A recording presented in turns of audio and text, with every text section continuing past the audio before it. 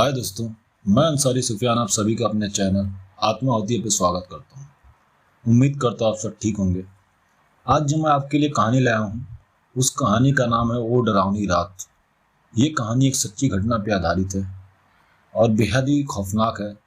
पर सुनने से पहले आपसे छोटी सी रिक्वेस्ट है, अगर आप हमारे चैनल पर नए हैं तो चैनल को सब्सक्राइब कर लें, बेल आइकन दबा दें ताकि हम जब भी कोई नई कहानी डालें आप तक नोटिफिकेशन आ जाए।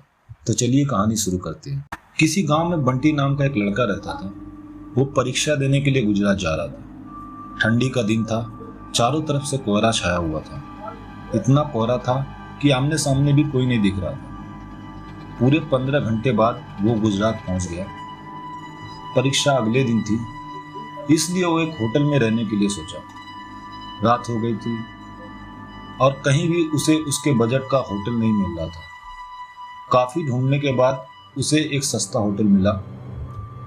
वो उस होटल के कमरे में गया और जब वो कमरे में गया तो देखा कि कमरे के चारों तरफ जाले लगे हुए थे। ऐसा लग रहा था कि वो कमरा काफी सालों से बंद पड़ा था और कमरे के अंदर का माहौल एकदम डरावना और सुनसान लग रहा था। लेकिन उसने ये सब नजरअंदाज कर दिया और होटल में खाना वाना खाया और खा पी कर सोने चल दिया। जब वो सो रहा था तो लगभग रात के 1 बजे के करीब उसे किसी की पायल की घूंघी आवाज सुनाई दी। बंटी तुरंत नींद से उठ गया और जल्दी से खिड़की के पास गया, ये पता करने के लिए कि इतने रात को किसकी पायल की आवाज सुनाई दे रही है और इस सुनसान रास्ते में कौन आधी रात को घूम रहा है। क्योंकि वो होटल बंद था और उसमें मैनेजर और बंटी के अलावा कोई भी नहीं था, तो ये फिर किस औरत की पायल की आवाज सुनाई दे रही थी। बंटी खिड़की पर काफी देर तक खड़ा रहा, लेकिन उसे कोई भी नहीं दिखाई दिया।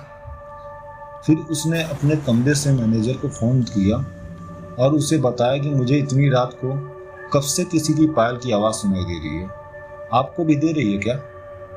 तो मैनेजर ने कहा कि सर ऐसी कोई बात नहीं है, आपको हवा से ऐसा लग रहा होगा। वैसे भी ये जंगली इलाका है, यहाँ पर तो हल्की हवा भी तूफान जैसी लगती है, आप सो जाइए, ऐसी कोई बात नहीं है। बंटी मैनेजर की बात पर भरोसा करके फिर सोने के लिए चल गया। कुछ देर बाद उसे दोबारा पायल की आवाज सुनाई दी, पहले से भी ज्यादा तेज सुनाई देने लगी। इस बार उसने अपने कमरे का दरवाजा खोला और सीधा होटल के बाहर देखने के लिए चला गया। जब वो बाहर आया तो देखा कि एक काफी लंबी औरत जो सफेद साड़ी पहनी हुई थी, उसके काफी लंबे बाल थे और चेहरा ढका हुआ था। वो अपने हाथ में नारियल लेकर होटल के चारों तरफ चक्कर लगा रही थी। ऐसा लग रहा था कि मानो वो अपने पायल की आवाज से किसी को बुला रही है। बंटी दौड़कर उसके पास गया। कौन है ये औरत जो इतनी रात को यहाँ घूम रही है, वो सोच रहा था, लेकिन वो तुरंत ही गायब हो गई और चारों तरफ कोहरा ही कोहरा फैल गया। बंटी भी थोड़ा घबरा गया क्योंकि जिस औरत को सामने देखा था अब वो नहीं दिख रही थी।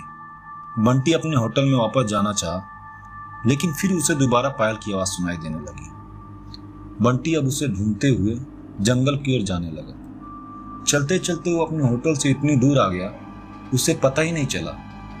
फिर उसने उस घने जंगल में जो कुछ देखा उसे देखकर उसका दिल दहल गया। उसने देखा कि एक औरत एक पीपल के पेड़ के नीचे 5-6 लाश रखी थी और बारी बारी से एक एक को नोच नोच कर खाई जा रही थी।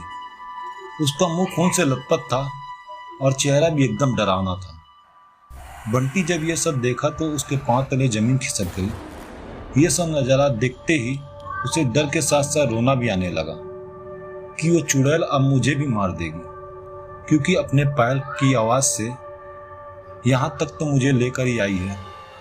लेकिन उसने हिम्मत से काम लिया और हनुमान चालीसा पढ़ते पढ़ते धीरे से वहां से भाग गया ताकि भूत उसे देख ना ले। लेकिन भूत तो भूत होते हैं।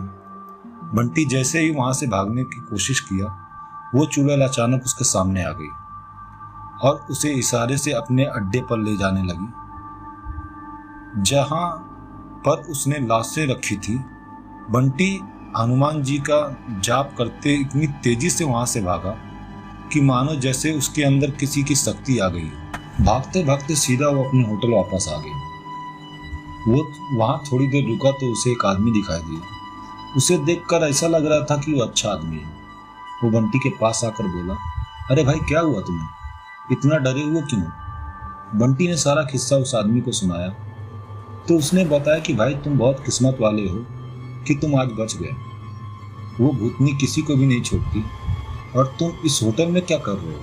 इसको तो बंद हुए काफी साल हो गए हैं। बंटी जब उस आदमी का इतना बात सुना तो उसका डर के मारे पसीना निकलने लगा। फिर वो आदमी बताने लगा कि इस होटल में बहुत साल पहले एक लड़की के साथ 4-5 लड़के उसका भयानक तरीके से रेप किए थे और मार दिया था। लड़की तो मर गई लेकिन किसी को भी नहीं छोड़ी और जो भी रात के समय इस रास्ते से गुजरता था उसको भी अपने कब्जे में लेकर मार देती थी। कुछ दिन बाद इस होटल पर पुलिस का छापा पड़ा और ये तब से होटल बंद है। बंटी जब उस आदमी की पूरी बात सुना तो बहुत जोर जोर से रोने लगा, ये सोचकर कि आज मैं मर जाता। फिर ही वो आदमी बंटी को चुप कराया और बोला, चलो आज रात तुम मेरे घर रह लो, मेरा घर पास में ही है, डरो मत, मैं आ गया हूं ना। बंटी उस आदमी को धन्यवाद किया और उसके साथ उसके घर चला गया और अपने आप से एक वादा किया कि आज के बाद वो भूल कर भी कभी अनजान जगह पर नहीं जाएगा। तो दोस्तों, कैसी लगी आपको ये कहानी? उम्मीद करता आपको ये कहानी अच्छी लगी होगी। और कहानी अच्छी लगी तो कहानी को लाइक कर दें, एक प्यारा सा कमेंट कर दें। फिर हम मिलते एक नई कहानी के साथ, जब तक के लिए अलविदा।